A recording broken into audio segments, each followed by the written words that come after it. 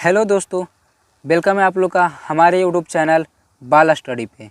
तो आज के इस वीडियो में हम करने वाले हैं क्लास 9th ज्योग्राफी का चैप्टर 5 प्राकृतिक वनस्पति और वन्य प्राणी चैप्टर का हम लोग कारण बताएं, अति लघुतरीय और लघुतरीय प्रश्न इस वीडियो में देखने वाले हैं। एक ही वीडियो में 3-3 क्वेश्चन का सोल्यूशन देखने वाले हैं, ठीक ना।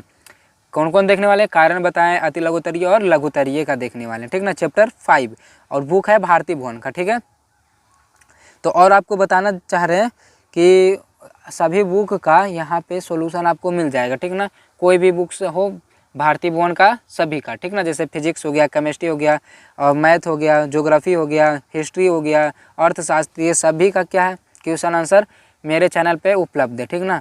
बस सर्च करिएगा, जो चाहिए आपको वो नाम लिखिएगा और बगल में लिख दीजिएगा बाई बाल स्टडी। आपको क्वेश्चन का आंसर वो वाला जो वीडियो जो आपको चाहिए वो मिल जाएगा, ठीक ना। तो अगर आप चैनल पे नए होंगे तो चैनल को सब्सक्राइब कर दीजिएगा और वीडियो अच्छा लगेगा वीडियो को लाइक कर दीजिएगा। तो चलिए देर ना करते हैं, क्वेश्चन स्टार्ट करते हैं। तो कारण बताएं का देखिए पहला क्वेश्चन है कि राजस्थान में झाड़ियाँ मिलती हैं क्यों। राजस्थान में ज़्यादातर जो पेड़ होते हैं ना झाड़ियाँ तरह होते हैं, क्यों, ठीक ना। तो इसमें उसका उत्तर हो जाएगा वर्षा की कमी और जलवायु की विषमता, ठीक ना। वर्षा की वहाँ क्या होती है, बहुत कमी है। इसे भी हम लोग जानते हैं कि राजस्थान एक रेगिस्तान है, वहाँ वो बारिश ज़्यादा नहीं होता है, ठीक ना। जलवायु की विषमता यानी जलवायु वहाँ क्या होता है, अलग अलग रहता है वहाँ पे, ठीक ना। इसलिए क्या होता है वहाँ झाड़ियाँ ज़्यादा मिलती है। दूसरा क्वेश्चन है अंडमान निकोबार में चिर हरित यानी कि जिसको बोलते हैं सदाबहार, ठीक ना, वन मिलते हैं क्यों। इसका देखिए उत्तर हो जाएगा वहाँ वर्षा की उपलब्धता 200 सेमी से अधिक है। जहाँ पे 200 सेमी से जहाँ अधिक होता है ना वर्षा, वहाँ बहुत ही अच्छा पेड़ पौधा होता है, ठीक ना। राजस्थान में बहुत ही कम होता है, इसलिए वहाँ झाड़ियाँ पाई जाती है।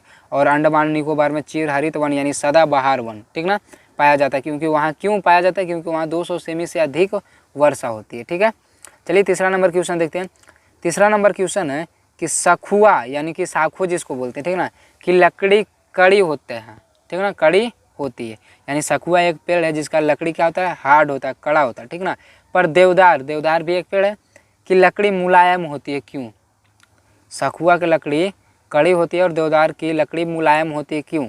इसका देखिए रीजन हो जाएगा यानी इसका उत्तर हो जाएगा कि गर्मी की कमी के कारण देवदार की लकड़ी मुलायम होती है। गर्मी की कमी के कारण क्या होता है, देवदार की लकड़ी मुलायम होती है, ये है इसका रीजन, ठीक है।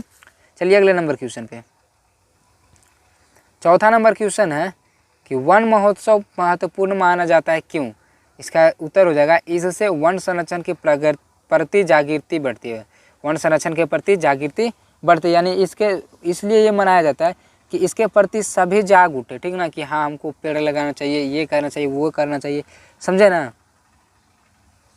अब देखिए कारण बताएं खत्म हो गया, अब आ गया अति लघुतरीय प्रश्न, ठीक है।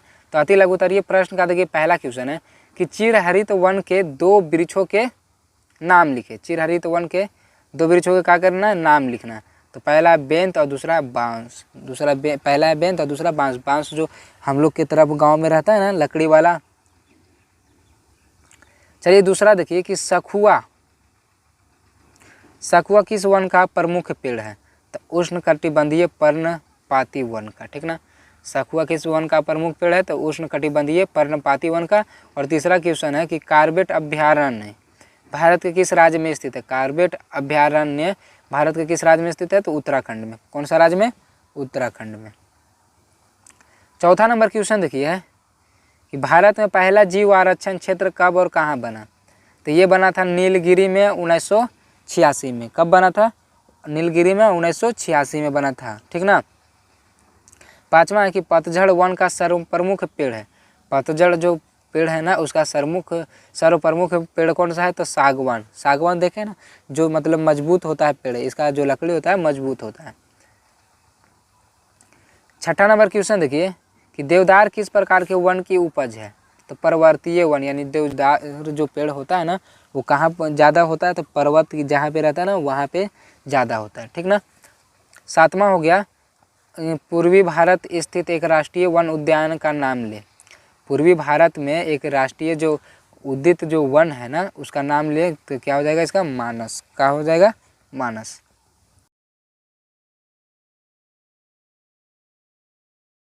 ठीक है। लघुत्तरीय का देखिए पहला क्वेश्चन है कि भारत में वर्षा पर आधारित वनों के नाम लिखकर किसी एक का विवरण दे। ठीक ना, भारत में वर्षा के आधारित वनों का नाम लिखना, ठीक ना, और किसी एक के बारे में बताना भी है, ठीक ना। तो इसका देखिए उत्तर हो जाएगा पहला उष्णकटिबंधीय उष्ण चिरहरित वन हो जाएगा, फिर दूसरा पतझड़ मानसून, और तीसरा हो जाएगा शुष्क वन। ये 3 प्रकार के से होता है, ठीक ना। तो पहला का देखिए ए हो के देखिए वर्णन कर दे रहे हैं, यानी किसका, उष्ण चिरहरित वन का वर्णन कर दे रहे हैं।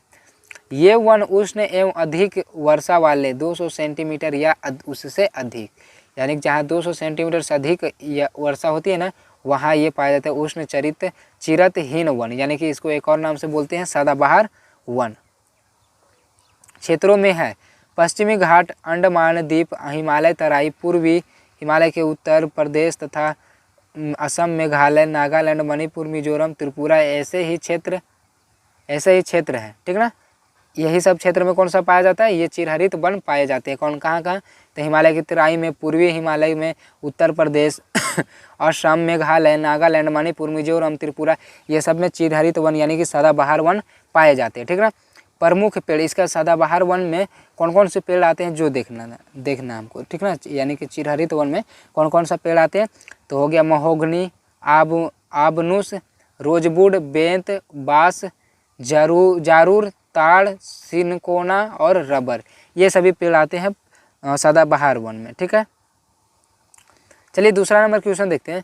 दूसरा नंबर क्वेश्चन है कि भारत की वनस्पति में विविधता के कारणों पर प्रकाश डालें, ठीक ना। तो इसका उत्तर हो जाएगा वर्षा का असमान होना, ठीक ना, पहाड़ों की असमान ऊंचाई, समुद्र तटीय भाग दलदली होना, उपयुक्त कारणों के कारण भारत की वनस्पति में विविधता पाई जाती है। ये सभी के कारण क्या होता है, भारत की जो वनस्पति में है विविधता पाई जाती है, ठीक है। तीसरा नंबर क्वेश्चन देखिए, तीसरा नंबर है वन महोत्सव क्या है, इसका क्या महत्व है। तो इसका उत्तर हो जाएगा कि 1952 से भारत वन महोत्सव मनाकर वनों के संरक्षण एवं विकास के प्रति प्रतिबद्धता व्यक्त करता है, ठीक ना। देखिए पूछा जाता है ऑब्जेक्टिव में कि वन संरक्षण कब से मनाया जाता है, तो कब से मनाया जा रहा है, 1952 से, ठीक ना। अभी तक देश में 17 वन विकास निगम स्थापित किए जा चुके हैं। अभी तक भारत देश में कितने वन विकास जो निगम है कितने स्थापित किए गए, तो 17, ठीक ना। इसका महत्वपूर्ण पक्ष कि प्रत्येक साल संकल्प को याद करते हैं और साल भर के किए हुए कार्यों का लेखा जोखा करते हैं।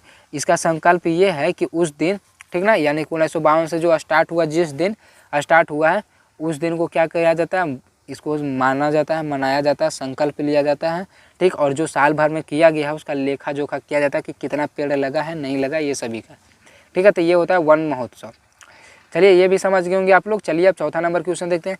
चौथा नंबर क्वेश्चन में है भारतीय वन किस प्रकार लाभकारी है, उनका संरक्षण कैसे किया जा सकता है, ठीक ना। किस प्रकार लाभकारी है, उसका संरक्षण कैसे किया जा सकता है। तो अभी देखिए ये क्वेश्चन लंबा हो गया क्योंकि देखिए दो क्वेश्चन पूछ रहा है, किस प्रकार लाभकारी है और उनका संरक्षण कैसे किया जा सकता है। तो अब देखिए दो क्वेश्चन पूछा जा रहा है, तब तो ये लंबा होगा कि नहीं। उत्तर है क में। देखिए ये हमें भवन निर्माण के लिए टिकाऊ लकड़ियाँ प्रदान करते हैं, इस प्रकार क्या है, लाभकारी है, ये लाभकारी देख रहे हैं, ठीक ना। दूसरा है बक्सा, पेटी, दिया, सलाई, कागज़ की लुगद, फर्नीचर आदि तरह तरह की वस्तुएं तैयार करने के लिए औद्योगिक लकड़ियां प्रदान करती है, इससे भी हम लोग को फ़ायदा है। ये ईंधन की आपूर्ति करती है, जलावन भी हम लोग को मिलता है ना, ये भी इसके एक फ़ायदा हो गया। ये जलवायु को कम करते हैं, ये भी एक फ़ायदा है। फिर देखिए वर्षा लाते हैं, ये भी एक फ़ायदा है। मिट्टी का कटाव रोकते हैं, जब बाढ़ आता है तो मिट्टी का कटाव को रोकता है पेड़ पौधा, ठीक ना, तो ये भी एक फ़ायदा है। अब ये सभी देखिए फ़ायदा देखें। अब देखिए संरक्षण के उपाय, ठीक ना। वानिकी शिक्षा बढ़ाई जाए, संरक्षण मतलब समझ रहे हैं, बचाव, कैसे इसको और आगे बढ़ा सकते हैं, किसको कैसे इसको बचा सकते हैं, ठीक ना। तो वानिकी शिक्षा बढ़ाई जाए, वानिकी मतलब समझ रहे हैं, यानी कि वन की शिक्षा बढ़ाई जाए, यानी कि स्कूलों में वन के बारे में बताया जाए, ठीक ना। तब जो बच्चे ये सब रहेंगे वो सब जागृत होंगे, वो सब अब बड़ा होंगे तो लगाएंगे, या तो खुद वो छोटा में भी लगा सकते हैं, नहीं। ख हो गया प्रतिवर्ष नए पेड़ वन लगाए जाएँ, ठीक ना, पेड़ लगाए जाए नए वर्ष। तीसरा इसका है ग में कि वनों के प्रति नया दृष्टिकोण अपनाया जाए और प्राचीन काल की वन्य संस्कृति को पुनर्जीवित किया जाए, ठीक है। ये भी समझ गए होंगे, ठीक ना, ये समझ गए ना, वनों के प्रति नया दृष्टिकोण अपनाया जाए, यानी नया नया तरीका लाया जाए वनों के प्रति कि वन को कैसे मतलब करें कि थोड़ा ज़्यादा अच्छा चले, ठीक ना। और प्राचीन काल की वन्य संस्कृति को पुनर्जीवित किया जाए। प्राचीन काल में वनों को बहुत अच्छा तरह से रखा जाता था, ठीक है ना, तो वही बोला जा रहा है कि वही तरीका अपनाया जाए, ठीक है। घ में देखिए इसका है कि वन संरक्षण के लिए विशेष योजनाएं चालू की जाए, जैसे बाघ परियोजना, हाथी परियोजना, अभयारण्यों की स्थापना आदि। जैसे कि बाघ परियोजना ये सब हुआ ना, हाथी परियोजना ये सब हुआ ना, वैसे ही वन संरक्षण के लिए भी एक योजना चालू किया जाना चाहिए, ठीक है। ये इसका संरक्षण हो गया, ठीक ना, और इसका लाभ भी देख लिए। अब चलते हैं अगला नंबर क्वेश्चन 5वां पे। 5वां नंबर क्वेश्चन है कि भारत में पाए जाने वाले 2 प्रमुख प्रकार के वनों का विवरण प्रस्तुत करें। तो इसका उत्तर हो जाएगा, यानी 2 प्रकार के वन का हमको विवरण प्रस्तुत करने के लिए बोला, ठीक है। तो पहला में यानी क में हो जाएगा उष्णकटिबंधीय वर्षा वन या सदाबहार वन। अभी ये देखिए एक तरह का हो गया, ठीक है। अब इसके बारे में देखिए कि इसमें होता क्या है। सदाबहार वन देख लिए, इसका मतलब समझ गए कि हाँ वहाँ 200 सेंटीमीटर से अधिक वर्षा होती है तभी सदाबहार वन, यानी कि जिसका एक और नाम है चिरहरित वन। इसका देखिए ये पट्टियाँ उष्ण एवं अधिक वर्षा वाले यानी 200 सेंटीमीटर से अधिक क्षेत्रों में है। पश्चिमी घाट, अंडमान द्वीप, हिमालय की तराई, पूर्वी हिमालय के उत्तर प्रदेश तथा असम, मेघालय, नागालैंड, मणिपुर, मिजोरम, त्रिपुरा ऐसे ही क्षेत्र है। इस वन के प्रमुख पेड़ हैं, ये सब तो हम पहले देख चुके हैं ना, महोगनी, आबूनस, रोजवड, बेंत, बांस, जारुल, ताड़, सिकोना और रबर, ये सभी हो जाता है सदाबहार वन, ठीक है ना। अब देखिए दूसरा है उष्णकटिबंधीय यानी कि पर्णपाती वन, ठीक है। इसमें देखिए है कि ये पट्टियाँ 70 से 200 सेंटीमीटर वर्षा वाले क्षेत्रों में है, ठीक ना। उष्णकटिबंधीय पर्णपाती वन कहाँ पाए जाते हैं, जहाँ की 70 से 200 सेंटीमीटर वर्षा वाले क्षेत्रों में है। हिमालय की तराई और प्रायद्वीपीय पठार के उत्तर पूर्वी भाग, छोटा नागपुर, झारखंड, छत्तीसगढ़ और उड़ीसा इनके मुख्य क्षेत्र है, ठीक ना। इनके क्या है मुख्य क्षेत्र है। इसमें कौन कौन सा पेड़ होता है, तो सागवान, सखुआ, शीशम, चंदन, आम, महुआ, बांस और त्रिफला के पेड़ महत्व। इसमें पर्णपाती वन पूछा जाएगा, पर्णपाती वन का दो पर्णपाती वन का एग्जाम्पल, ठीक ना। तो इसमें से कोई भी सा बोल दीजिएगा, आपको हो जाएगा। सागवान हो गया, चंदन हो गया, आम का पेड़ ये सब हो गया, ये सब भी हो जाता है, ठीक है। चलिए अब 6ठा नंबर क्वेश्चन देखते हैं। 6ठा नंबर क्वेश्चन है कि जीव संरक्षण क्षेत्र से आप क्या समझते हैं। भारत में पहला जीव आरक्षण क्षेत्र कहाँ स्थापित हुआ। तो इसका देखिए उत्तर हो जाएगा, जीवों की विविधता को बनाए रखने और जीवों को संरक्षण प्रदान करने के लिए इन जीव संरक्षण क्षेत्र बनाए गए हैं, ठीक ना। भारत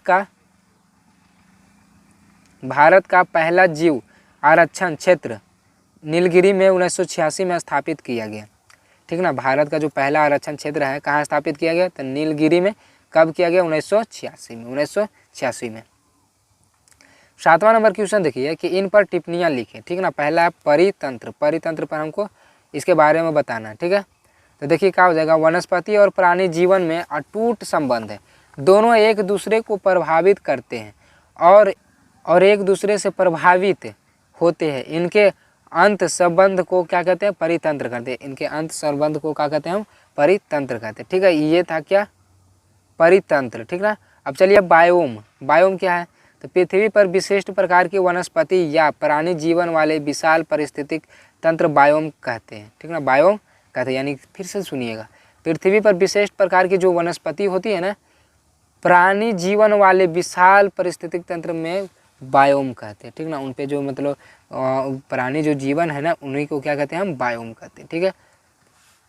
इसका ग देखिए, वनस्पति वितरण पर उचावच का प्रभाव, यानी कि यहाँ पे 1 है, यहाँ पे 5 है, यानी कि 1500, कितना 1500 मीटर से अधिक ऊंचाई पर पर्वतीय वन तथा तटीय दलदल भागों में ज्वारीय वन मिला करते हैं। ज्वारीय वन मिला करते हैं, वो हो गया वनस्पति वितरण पर उचावच का प्रभाव। उचावच का प्रभाव क्या है, तो वहाँ पे जहाँ पे उचावच रहते हैं वहाँ पे दलदल ज्वारीय वन मिला करते हैं। 8वां नंबर क्वेश्चन देखिए कि अंतर स्पष्ट करें, ठीक है। पहला है पर्णपाती वन और चिरहरित वन, और दूसरा में वनस्पति जगत और प्राणी। तो पर्णपाती वन और सदाबहार वन यानी जिसको चिरहरित बोलते हैं, तो हम लोग शुरू से देखते आ रहे हैं। फिर से देख लीजिए, कम है जहाँ वर्षा 70 से 200 सेमी तक होती है वहाँ पर्णपाती वन पाए जाते हैं, और जहाँ वर्षा 200 सेमी या 200 सेमी से अधिक होते हैं चिरहरित वन पाए जाते हैं। ये तो हम लोग पहले से देख चुके हैं। अब देखिए ख में इसका भारत के विशाल वृक्षों से लेकर झाड़ियाँ और घास तक अनेक प्रकार की वनस्पतियाँ उष्ण क्षेत्रीय शीतोष्ण और उच्च पर्वतीय सभी प्रकार की वनस्पतियों को वनस्पति जगत कहते हैं। ग में इसका देखिए हो जाएगा भारत में जितने भी प्रकार प्राणी मिलते हैं, जितने भी प्रकार के प्राणी मिलते हैं जैसे मानव पशु पक्षी आदि प्राणी जगत कहलाते हैं। वनस्पति जगत प्राणी जगत का आधार है। वनस्पति जो है जगत प्राणी जगत का आधार है। ठीक है, तो ये था क्वेश्चन 8वां नंबर। अब वो ख़त्म हो गया। इसमें हम लोग 3 चीज़ देख लिए, कारण बताएं, अति लघुतरीय और लघुतरीय खत्म हो गया। अब इसका दीर्घोत्तरीय आएगा अगले वीडियो में। ठीक ना, तब तक के लिए आप लोग अगर अभी तक वीडियो को सब्सक्राइब ना किए तो चैनल को सब्सक्राइब कर दीजिए और वीडियो को लाइक कर दीजिएगा। ठीक है, तो मिलते हैं अगले वीडियो में। तब तक के लिए जय हिंद, जय भारत।